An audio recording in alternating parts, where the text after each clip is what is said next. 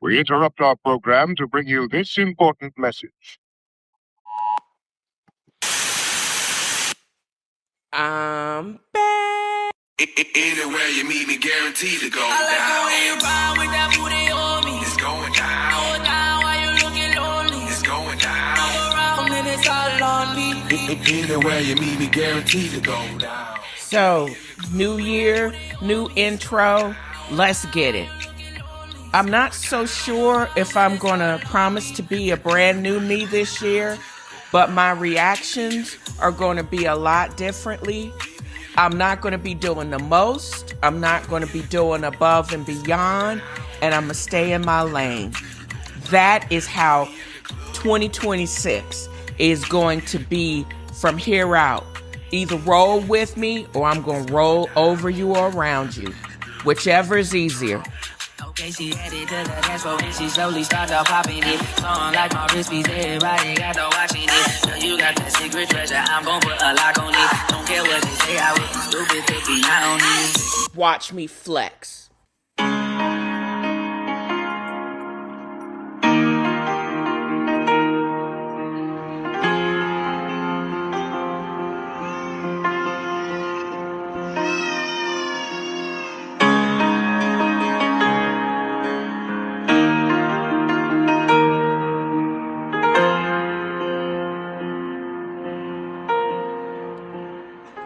If you had told me 5 years ago that I would have to be setting intentions, I would be doing a whole wellness reset, I wouldn't have believed you. I would not have believed that I would be bringing my pup back in a box and not back in her fluffy bed.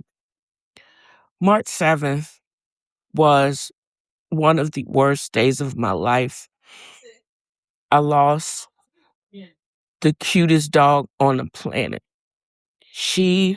All she wanted was her turkey bacon and me to hold her and get all that hair up all over. She took up half of a queen-size bed, even though she was only a 6.5-pound Chihuahua.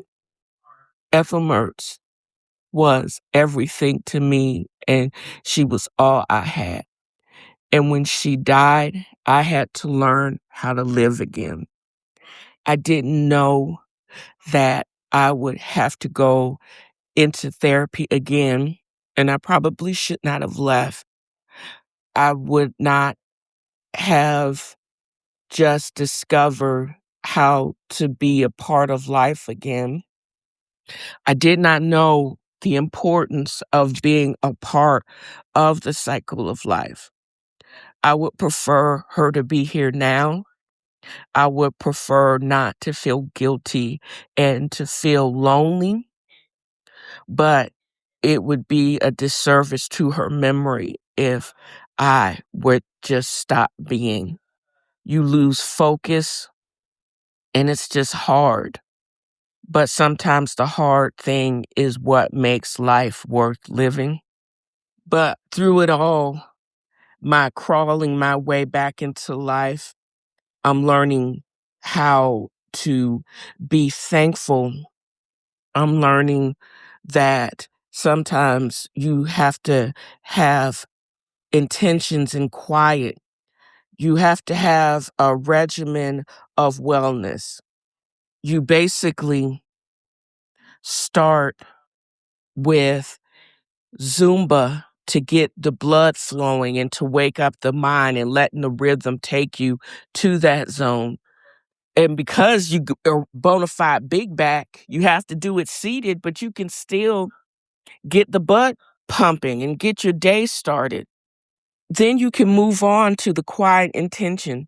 You can do what you need to do to your blog posts. Even though I'm really late on getting this of my first blog together for the month of June, I'm thankful that I'm able to come up with something to be able to post. The shift in my evolution is not by accident. It's just necessary because I've have to find my way back to life to continue to live. If things remind me of that precious dog, I don't have to fall apart. I can still do to continue to be able to share her memories and to be able to exist, even though she's no longer here in her little furry, cute face body. The ritual that you can actually do, because I start my day off with hot lemon water, as well as a hot tea made with ginger, rosemary, lemon balm, and basil. It basically is prepping my body and flushing the system and getting the bowel together for whatever. Is it going to be coffee today, or if it's going to be a vegetable green smoothie? And I'm grateful for those moments every single day. It's warming, and it's just a ability to be able to receive not only your digestive system to receive and digest appropriately food. It is basically prepping you to receive and process all of the information and tasks that you actually have to do throughout the day. Higher order thinking, keeping and the alertness to be able to notice things and to be able to plan ahead. You may not be able to control everything, but you be able to control things and take it step by step to make better decisions so your life won't be faulty or always in chaos. By the time you're ready to log into work, it's 8 o'clock, 9 o'clock. You've gone through your thankfulness list. You are going to keep going because not just because you have to, because you want to. That's where all these things actually come into great focus. You get up for that second cup of coffee, preferably from my Kenya single origin from FB Roasters. You can basically step and transition from renewing. Every single day, you are in constant renewal, and that allows you to prepare for the reward that is definitely coming to you, and allow me to gather information and to be able to create content for everyone's enjoyment. It makes me be able to want to read again for pleasure. It makes me put together a reading list so you can either pick from one of my books for whatever purpose and bring it on the retreat. Just note the link to the webpage will be in the podcast notes, but I'm actually planning a retreat right here in Chattanooga, going to the Glamping Collective. There are only 10 spots. So get in contact with me as soon as you possibly can to enjoy the quiet solitude, the fellowship when you need to, and also just the great quietness so you can just quiet your soul to receive input by book, by magazine, by doing some Tai Chi and yoga and some guided meditation, a sound bath. Again, preparing your mind to receive more of life. This rebalance is just more about kicking grief in the face, but it's also about resetting yourself to prepare you to control the next iteration of your life, wherever it is, wherever you want to be. You will get your quiet time to be able to settle your mind to either read a great book or even write a great book if you want to. We need to read the stories that reflect our own rhythms and our own ways of healing. Whether we're reading the history of the Southeast Sea Islands or diving into some new perspective of ancestral practices, the mental nourishment is just as important as the physical movement. All of those things are connected. This connectiveness is a part of the Afro-Druid ethos, which I'll be diving into more so throughout this month, throughout this year. But the tea, the real tea that you drink, dancing and coffee and stories is all a part of the rhythm of renewal. It's not a destination, it's a daily practice of showing up for yourself with a clear head and a grateful heart. If you'll excuse me, I need to update my thankfulness list. And it's too late for coffee because I'm recording this part of the podcast well into the evening. But when you can think about when you're doing your regimen of thankfulness and gratitude and renewal tomorrow morning, yes, I will be hitting either my Kenya blend, single origin blend, or my French roast. But that French roast actually had me tweaking earlier on Monday because usually I've been drinking a lot of steep tea, but I had taken my Ninja my single serving Ninja from my RV before I took it into the shop. And I put enough of those French roast fresh ground coffee grounds into the coffee ground holder, and it was so strong and couldn't wonder why I didn't blink for hours. But that's all good and fun, but you just got to be careful with them beans, child, because you will be tweaking like you hit a pipe or something. I'm just saying. But it's a lot of fun. Join us while we reset and renew at Valley of the Soul retreat coming up July 23rd through the 26th. Navigate to fbroasters.com, get your gear, and get your single origin or multi-origin sample packs, or even navigate over to my Far From Beale Street bookshop and start reading a part of the reading list for the Valley of the Souls retreat. I think it's going to be a banger in a quiet way. And just let me know what you think about any books I should be adding to the reading list. And as always, take care of yourself and just continue to walk with a clear head and a grateful heart every single day. And thank you for listening.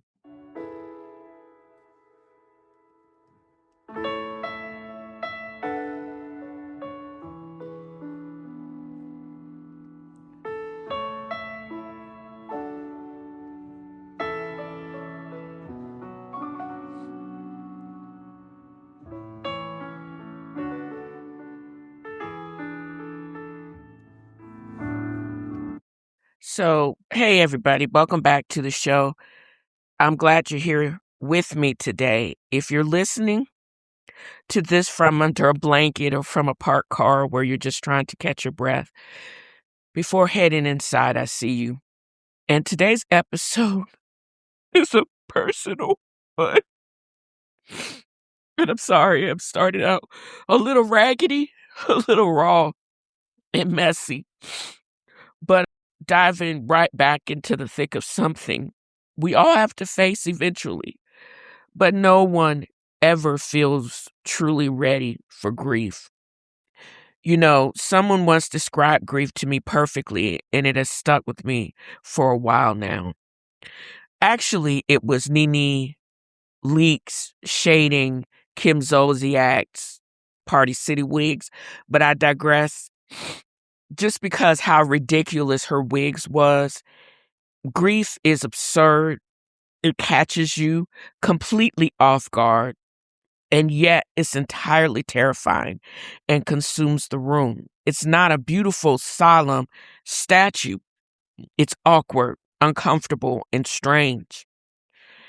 This episode, I'm still honoring my recently departed dog, Ethel, because lately the monkey has been sitting heavily on my chest.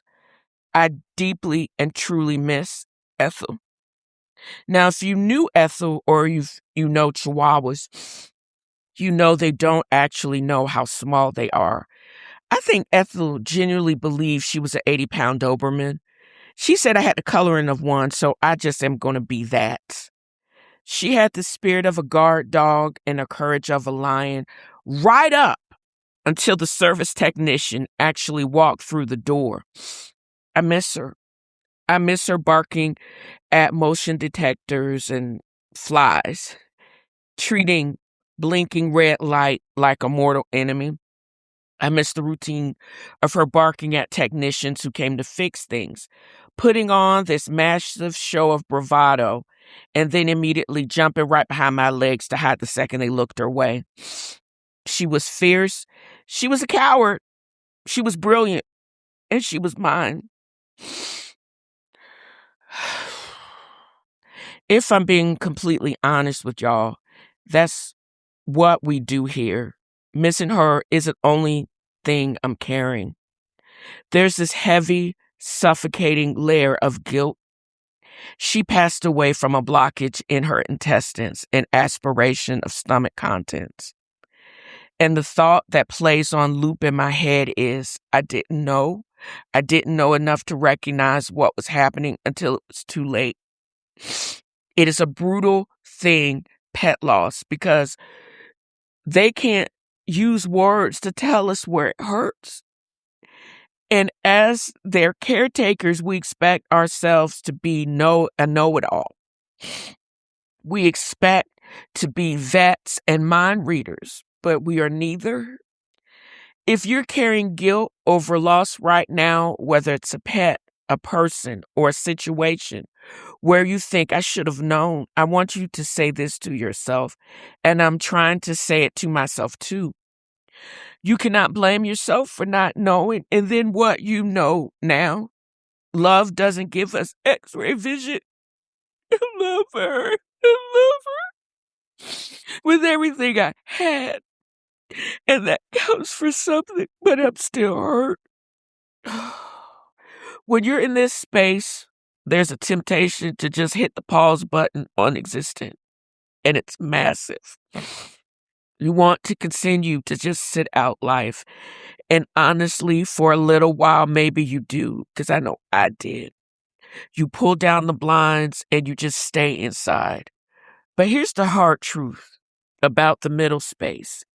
Even when you're waiting for external help, whether assignment of a therapist on an app, whether you're on a wait list, or you're waiting weeks for your medications to finally adjust and reach steady state in your system, you still can't completely vanish. You still have to find a way to increase your participation in life. It sounds counterintuitive, right? You feel empty, so how are you supposed to participate? It's not about suddenly throwing yourself a party or pretending you're cured. It's about forcing a tiny bit of momentum, one step at a time. It's choosing one activity you used to enjoy and doing it anyways, like publishing a podcast, even if you feel completely numb while doing it. Go for the walk, make the coffee, text a friend back, create a podcast, publish a new podcast episode, or publish parts of content and then recycle previous content because you talked that much for over an 8-year period. Just saying. You essentially just have to keep that engine idling so it doesn't seize up on your entirety while you wait for the mechanic. You increase participation not because you feel like it, but because it's the bridge that gets you to the next day. So if you're dealing with your own bald-headed monkey in a wig today, or if you're missing a little guard dog of your own, just give yourself some grace, child. Lean into the things you used to love, even if it's just for 5 minutes today. First, thank you for listening, letting me talk about Ethel, and for sharing space with me. I need you guys to take care of yourselves out there. Keep participating, even in the smallest ways. And I'll talk to you next week if I don't decide to revisit previous content.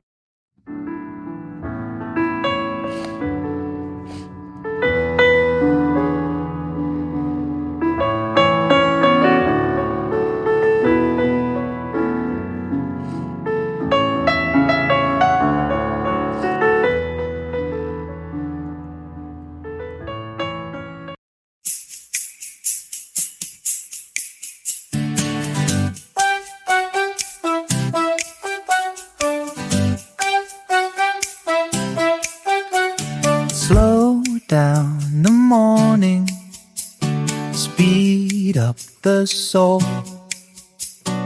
A world of flavor delivered home.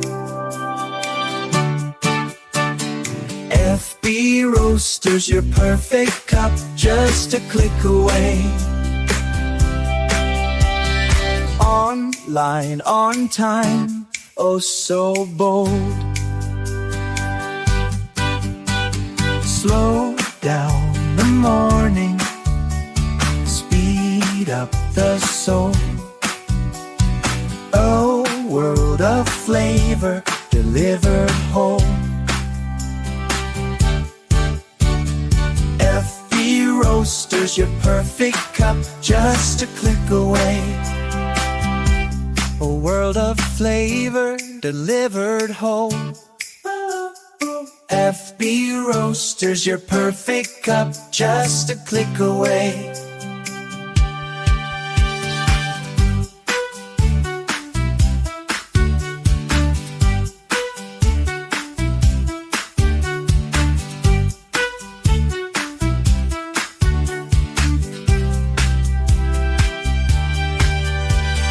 FB Roasters, your perfect cup, just a click away. FB Roasters, your perfect cup, just a click away.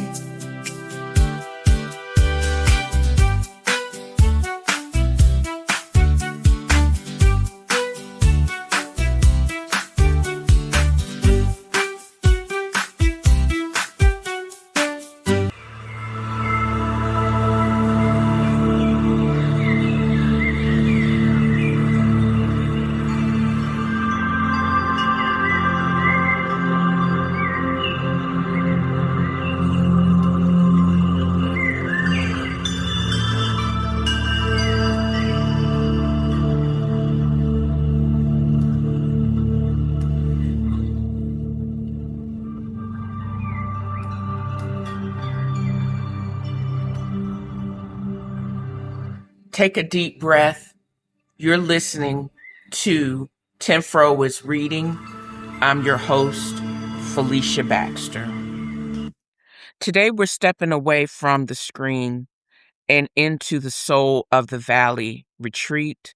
From geodesic domes to the perfect morning ritual, we're exploring what it means to lead without pause and how to finally find the off switch. Pour a cup and get comfortable, and let's dive in.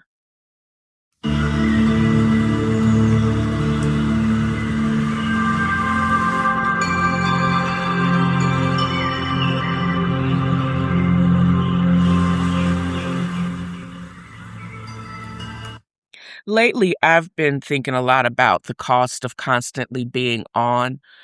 We live in a world where grinding is glorified and taking a break feels like a radical act. I was talking to someone close to me about this exact thing. And as I've let the audience know, the last several weeks has been challenging in the realest of sense. I mean, I've experienced loss without compare since the death of and homicide of my father, my sister's illness. And I took on more responsibility at work, but also the loss of my little dog Ethel has brought me face to face with getting back outside and healing. The cost of not unplugging and blocking out the noise of the world, it kept talking me out of my own peace. But honestly, when you're so tired, when you are the leader who manages everyone else, you don't just need a weekend away. You need a softer altitude. You need someone else to manage the world for you, even if it's just for a few days. And all of this is why I came up with Soul of the Valley Retreat. It's not a quick trip. It's a portal to a slower pace of life. Picture this. You arrive at the Glamping Collective, which is this particular property, newest addition in their portfolio right in Trenton, Georgia, 30 minutes from Chattanooga. You take your bag straight to your door, and you have your own private luxury dome. There are no porters, for real, y'all. If you need somebody to help you with your bags, we can arrange it, but it's not that kind of vibe. But there's nothing rushed. The days will be anchored in mindfulness and wellness. We will have adaptive Tai Chi. There's a group Reiki soak paired with a sound bath. Because this is 10 Fro's reading, I've been expertly selecting reading materials and guided mindfulness workshops designed specifically for leaders who need to remember how to breathe. The culinary experience, that's where the ticket is, because I'm a big, unrepentant big bag. We start Thursday with a welcome family-style feast, local river trout and brown butter, Angus tenderloin, and peach and blackberry cobbler topped with Chattanooga whiskey ice cream. It makes you want to lick the screen. Just take a look at the visuals on the website. We close Sunday morning with a gentle farewell spread of pastries, avocado toast, mini quiches, and a seasonal fruit before a unhurried checkout. There will be also a breaking of the bread ceremony that will guide us to our final, see if our intentions for the weekend have come to fruition. This is an all-inclusive sanctuary, from the accommodations to the dining to the wellness program. This investment for transformation is $3,250 per guest. It requires you to put half down on a non-refundable deposit, but that secures your booking with the balance due prior to you actually arriving on July 23rd. Now, I know that true uncompromising rest is a commitment. If this summer isn't your moment to claim this level of peace, I see you and I hear you. Keep your eyes open, because I'm already dreaming up a separate experience for the fall. But if you're ready to stop talking about burnout and actually hit the off switch, if you're ready for the valley, the domes are waiting for you. So head over to the show notes. You can slide into my DMs for this positive experience, or you can visit the website to secure your spot. But let's get you breathing easy again. Let's be reminded of who you are and whose you are.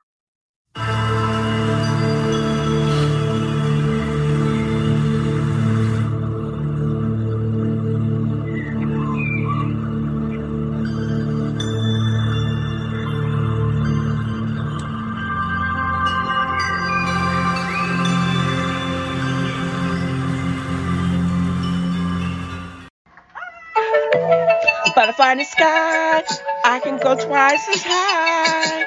So take a look, it's in a book, a reading rainbow. I can go anywhere. Where's to know and where's to grow, a 10-fro rainbow. I can be anything. So take a look, it's in a book, a 10-fro rainbow. A 10-fro rainbow.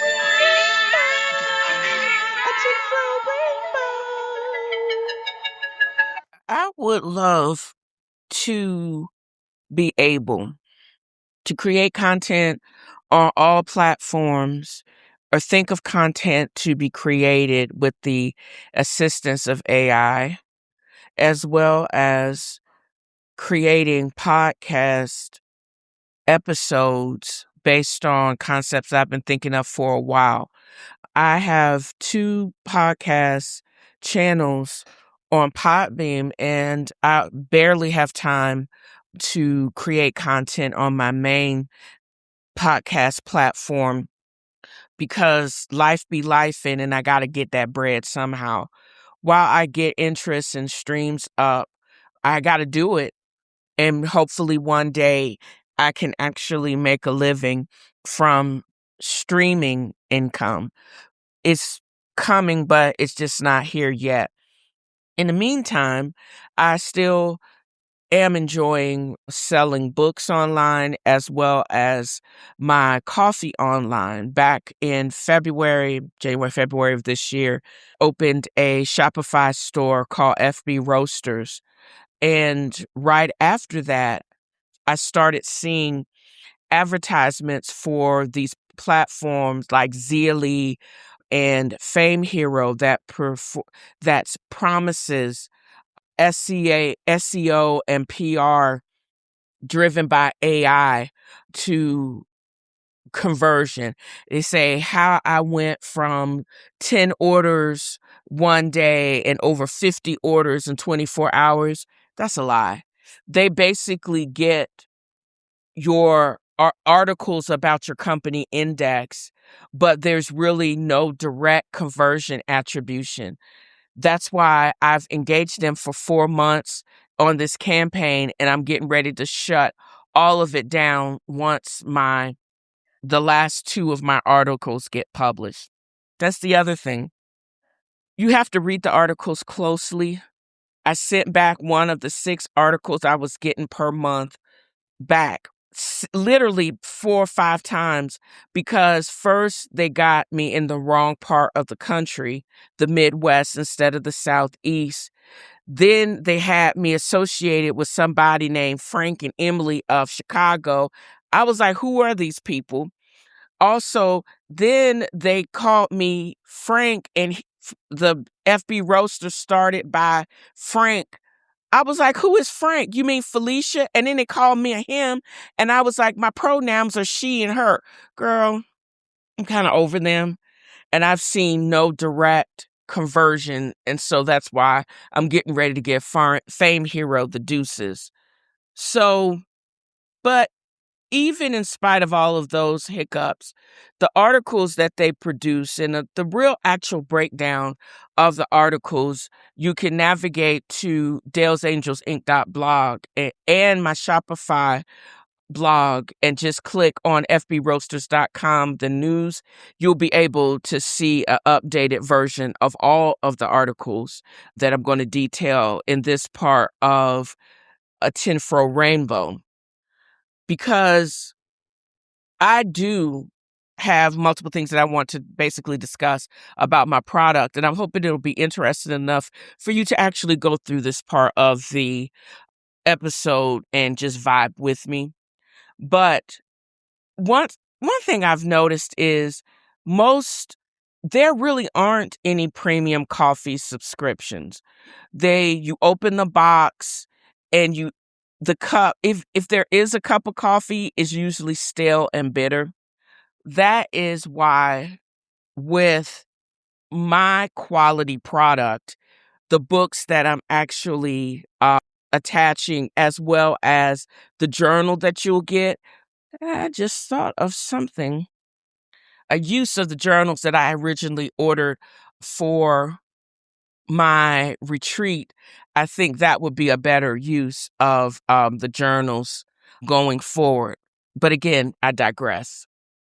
It's basically the bitterness and the staleness and the flatness that describes other coffee subscriptions, but not mine. Genuine coffee freshness is just not a marketing buzzword. It's a strict roast to order workflow that bypasses most warehouses entirely. And I want to believe that my roaster that actually does it for me, that they don't start the process until I basically click order.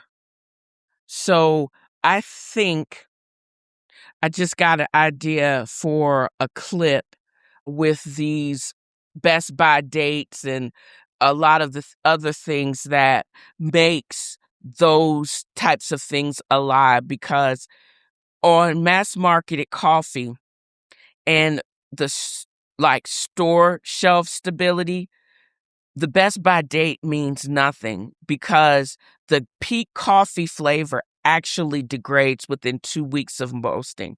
So if you think when you buy coffee that you got and then it stays in your house, even if you did put it in a refrigerator for weeks at a time, there is a distinct difference between how it tastes versus if you were to try mine. So if your brand does not have the exact date it hit the cooling tray, it basically, that best by date is elusive and it moves and it's basically a lie. Because again, remember, 2 weeks of roasting is the best, truly best by date. And you want to know that if your coffee expires within 2 weeks of it hitting the shelf, nobody would make any money. And there would be a lot of coffee grounds going in the composting bin. The subscription industry is booming. People are shifting towards convenience.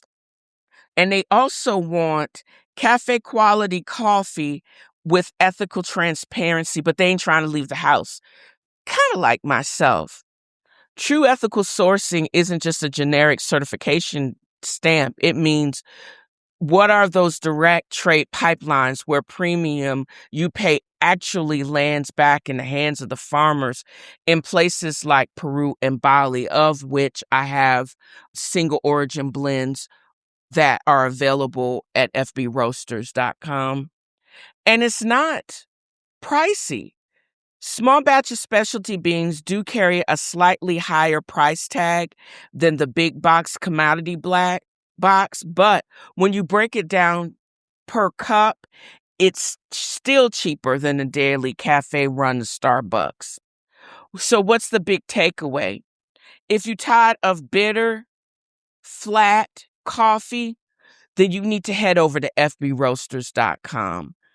I don't have any codes available for this promotion at this time, but as I get further along, I will have either free shipping or a percentage off of your higher price. But I'm just not sure about how much I'm willing to have. It was 15% when my coffee shop actually first published, but I'm not trying to give y'all 15% because it's a lot of scratch. Just saying. Also, that's basically it. So let's basically get you on a ritual of, I prefer ground. You could do pour over, or you could get a ninja like I have and enjoy. Even though that bag of coffee beans from Bali or French roast is a little bit more expensive than the same said beans they actually sell at Publix, you can actually get mine and still save dollars per cup per week and actually get the same or even better freshness sitting right in your house. And that's the word right there. Let's calibrate the frequency on this one. The swamp is crowded, full of underfed, frozen-faced predators, snapping at marbles, desperate to be the chosen editors. They call it a lifestyle, but the game is just a rigged simulation. A no-win test designed to force a toxic confrontation. But the operator arrived with a full-blown session. No damsel in this room, no victim waiting for a cape. Just a mogul in the shadows, measuring the shape. I don't know about y'all, but I have been on a tear just this weekend with still more information is breaking about the West and Amanda Batula scandal. Amanda scandal, whatever the hell it is. I still think that they playing in our face. And they want us to believe that this is not some scheme that Todd made, because she's been on, just like Todd Tucker. Amanda Batula has been on a mission. If you look at the claims over the last 10 years, she was a reactionary abuser. She came in as a side piece and leaned into her own victimization in the city. Does not make any sense to me anymore, because we know what she did.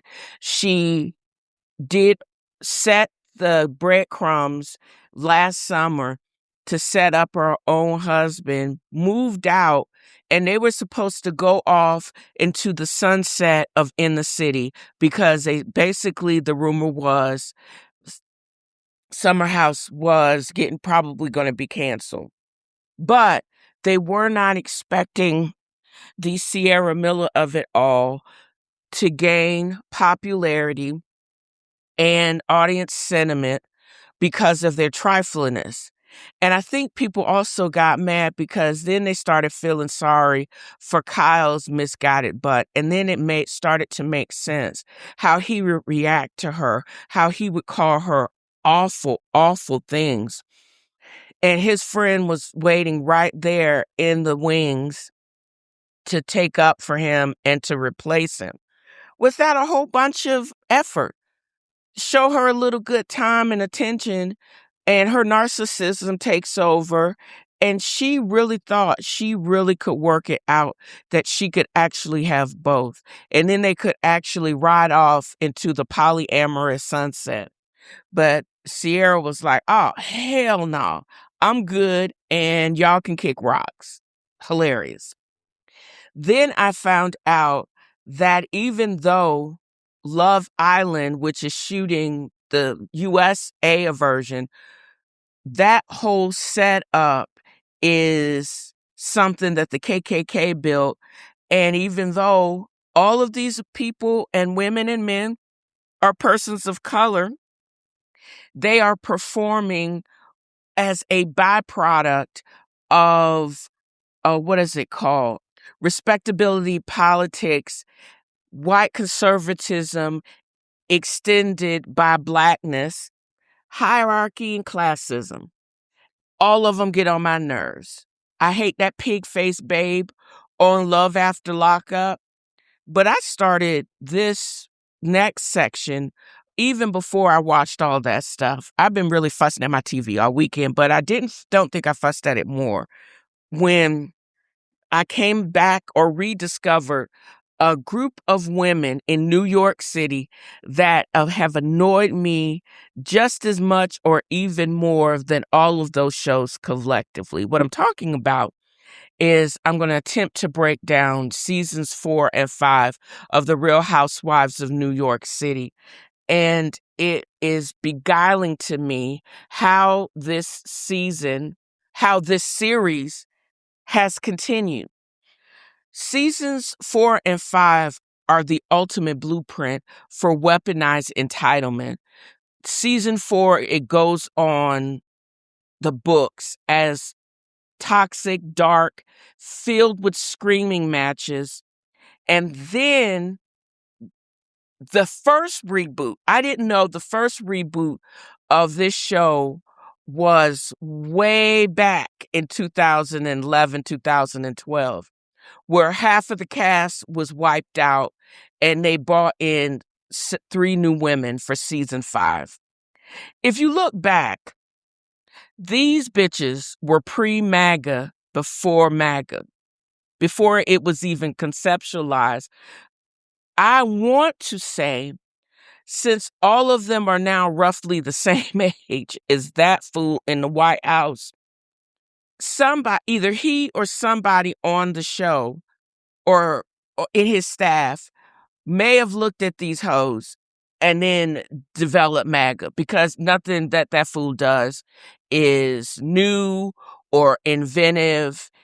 It's a bastardization of something somebody read to him, because we know he's severely dyslexic and he don't read. But I digress. We're talking about pre-MAGula populist elitism.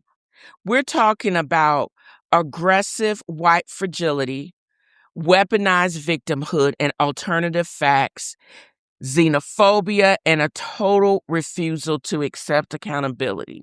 We got people saying, stop messing with me because I have one leg, but I still think you're trash and I'm going to say really horrible things to you. That doesn't come up to season 5, and I'll get to that. We're talking about the leaders of the clan, or shall I say, Jill Zarin.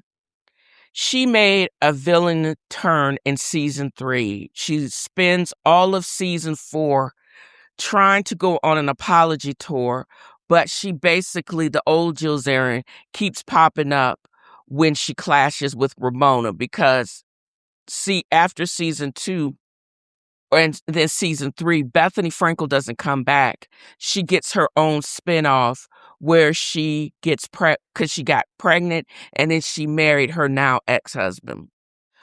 What is Jill? Jill is pre-MAGA queen. She's alternative facts, controlling the media narrative. And when things go wrong, she blames production, she bullies, rather than take accountability for her own actions. She has a deeply transactional view of loyalty. You were either 100% blind to her faults or you were the enemy.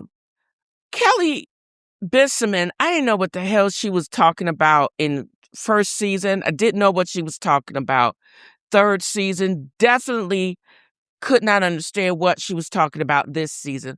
All I knew is her attempts to ice out Alex because of Alex's loyalty to Bethany was just as stupid in season 4 and trash because she's trash human being. Where she said stuff like, I'm up here, you're down there. She basically weaponized language just to gaslight people. She coined terms like systemic bullying to describe anytime anyone tried to get her to be accountable and they challenged her delusions. Alex McCord was left alone when Bethany bounced, and she unravels.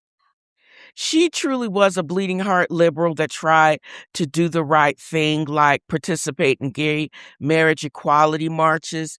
And when, what's her name, delusional Sonia made it all about her, girl, crazy.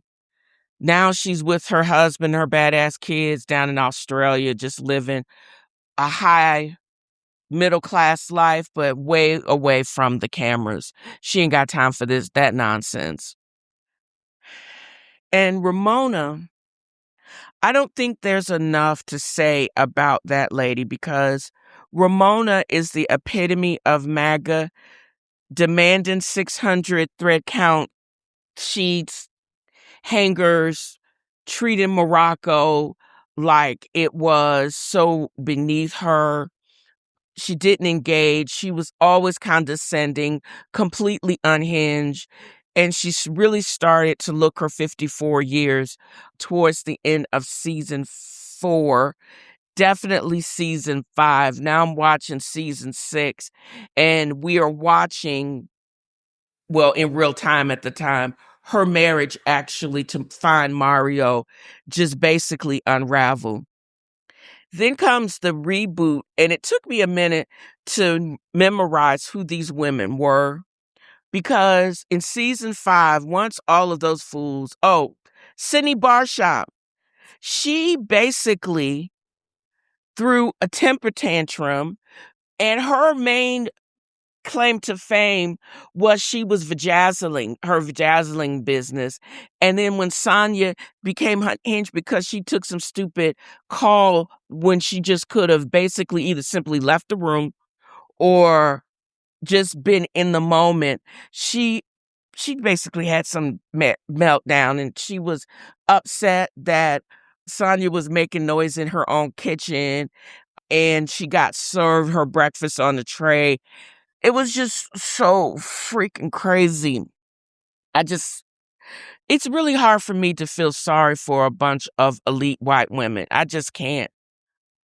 But then the reboot, Aviva Drescher, the one-legged douchebag, had extreme anxiety and phobias, and she had the audacity to call Ramona and Sonia white trash when she should also be in that category. She would do this thing where she would be self-deprecating, but we all know it was BS because finally Carol and Heather call her on it. And that's Carol. She's the ultimate cool girl, kind of an ice princess, journalist. She actually was one of the producers on ABC News, and her late husband was actually a prince. Anthony Radziwill, he was from the Polish aristocracy. His best friend and cousin was John F. Kennedy Jr., and also found out that Carol's best friend was his fiancée, the Bessemer girl. And when he died of sarcoma, within weeks after that, or not around that same time, that's when JFK Jr.'s plane went down. I don't think with her and that kind of lineage and her resume completely got over it, but she truly was above the fray, and she was looking at them all crazy, and she clocked the BS. Sometimes she mumbled a lot, which I found rich for a producer of international news agency as well as a celebrated author, but she just didn't want to get involved with the unhingedness that is housewives. And also, she's the type of white woman that drives MAGA crazy. She really has general connections to real political royalty like the Kennedys. And she also was unbothered because she really was that girl. And that's why probably Ramona couldn't stand her. And at some point, Aviva wanted to knock her down a peg, but she gathered Aviva all the way together. Said, how you gonna write a book? You never even had a job outside the house. She had one little raggedy essay published, and she's talking about a best-selling book that Carol Radziwill's first book was. Girl, bye. Then there's Heather Thompson that does this whole bling era cultural appropriation because she once worked as a stylist for Diddy and Beyonce. That first part she may never want to claim. But her and Ramona get into it when she basically kicks Ramona to the curb, won't invite her to England because she is meeting with investors. And Ramona and her dumbass, bird brain ass, MAGA ass, she couldn't have that around her clients and potential investors.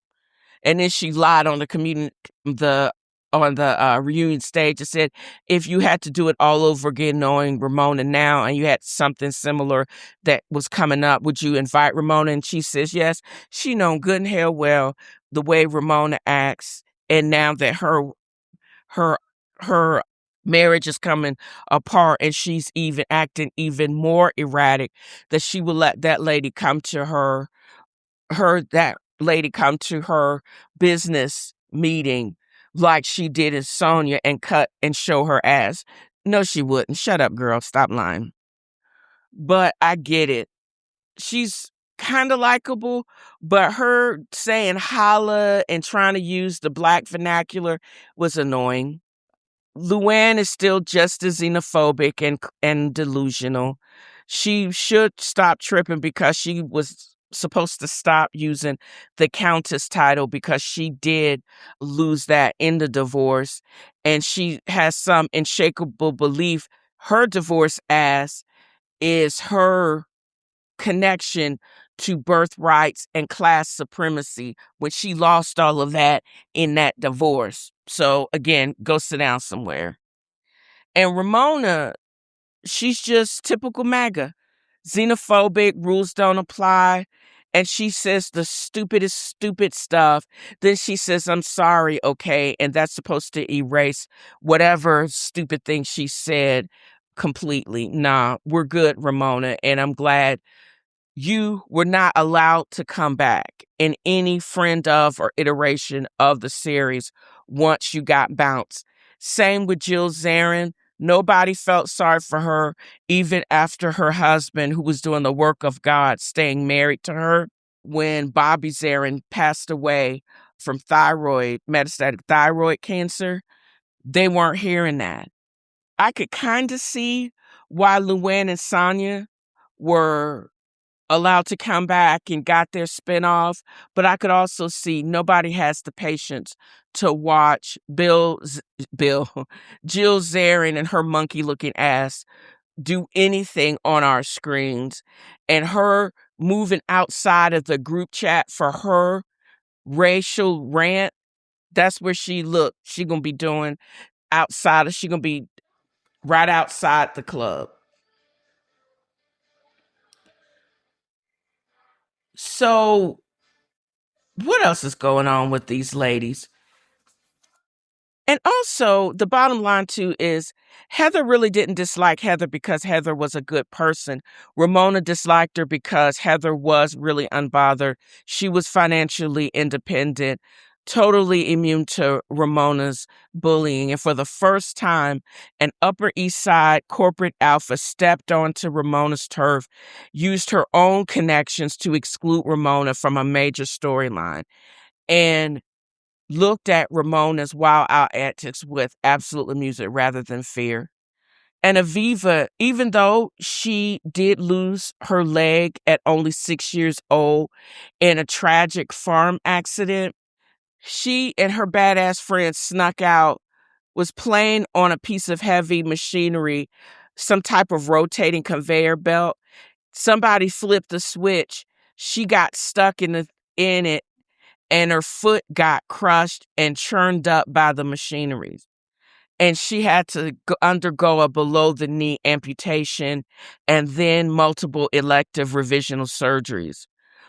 Does her involvement with amputee and prosthesis research and development is admirable, but that doesn't take away the bottom line that she's a douche, and she basically weaponizes everything: her anxiety, her panic attacks, her leg, all of it. She she's a piece of work, and she ended up wilding out in season 6 so bad that she was not asked back for season 7. She refused to go on cast trips.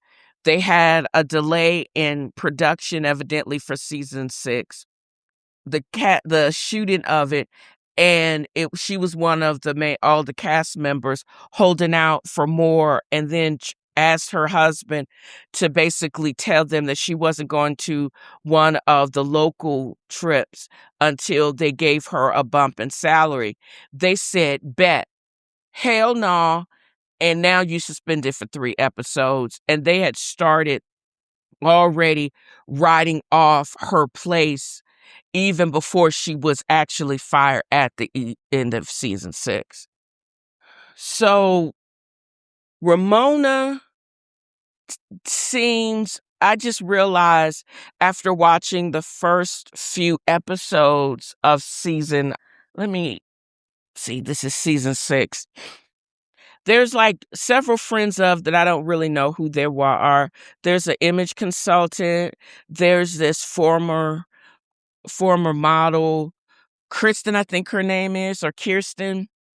But for the first few episodes of season 6 that I'm watching, I don't know if Ramona is on Xanax or some other type of chill pill, but she doesn't seem as unhinged. But maybe she's not as activated yet because I don't think we are aware of the extent of Mario's infidelity. Also, there is one instance also in season 6. So I know I'm going to have to recap all of season 6 probably next week. But by the time season 6 finale rolls around, they're at Le Cirque, and Aviva, in a desperate act, could see the writing literally on the wall and the ice melting under her feet. By the time she gets there, she had made an enemy out of everybody on the cast. She had alienated production, probably talked trash to them online. And she basically, when Ramona finally does get activated and calls her fake, she basically takes off her legs and slams it on the table and says, the only thing fake about me is this, and it's the leg. But she was beefing hard, first with her first 2 newbie allies, Heather and Carol. And then she got on Kirsten's nerve. And Ramona didn't like her anyway. She was getting on her nerves. Sonia had already said, yeah, I'm not going to be able to do that screaming thing. Luann was the only one that held out and didn't fold. And she was brought back as a friend of in season 6. But she, even though she was a friend of, she did a Cynthia Bailey and showed up for evidently 19 of the 26 or 22 episodes. And her pay was for that much because she's not Carol, but Viva was refusing to film. Basically, she got the raise that they had denied her and secured her full-time position for season 7. That's some gangster shit right there. And they need to take a note from Luann, but it did not change her classist elitism, but I digress. But I hope you enjoyed this breakdown of looking back while looking forward to the new season of Real Housewives of New Jersey, which is coming back, but also of Real Housewives of New York, as it's supposed to, I believe, premiere sometime this summer, as well as Real Housewives of Orange, of the OC, which is also coming back this summer. And then tune in for Atlanta on Sundays and the recap Monday Night Lives with Carlos, Dustin, Claudia, and Blue on Reality with the King on YouTube. And thank you for listening. Also, I forgot. Blue does a real great breakdown of the Love Island debacle and just gives a different perspective and how we as people of color operate and can be completely decimated and demolished by the lies of white supremacy. And even though we can seem to be looking at a diverse cast, the underlying undertones of what's actually going on is all white supremacy and it's how pervasive it is and how it dilutes. And don't be fooled by it. Open your eyes and see what is actually going on, and it would just blow your mind. Check out Blue's live from this past Saturday. I had watched it a couple of times. It is a great watch, and you will learn just so much about emotional intelligence and also PTSD caused by white supremacy, the pick-me culture, and the whole acceptability politics.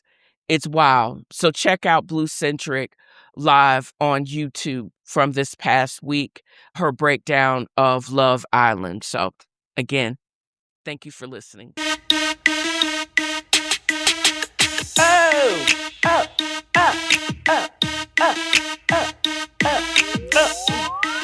You can take the girl out of the hood, but you can't take hood music out the girl. But I'm going to end this with a word, just as I started this podcast. Do or do not do. There is no try. And that's a word from Yoda. I hope I have conveyed just how much fun I have had in creating this podcast. I've got my mojo back. Just set your intention or reset your intention. It could be daily if necessary. Mine is peace. No mental dumping over here. If I'm acting like I'm not listening, I'm probably not. I'm not your therapist. I'm not a therapist. Keep the crazy to yourself, child. You do you and leave me be. The sooner you figure that ish out, the happy you will be. So this is what I want to convey in this podcast. And that wraps another of FAFFO has a fro. Join me next time as I throw shade and point out the shade and simply have fun. Y'all have a great new year. Ah, ah, ah, ah, ah, ah.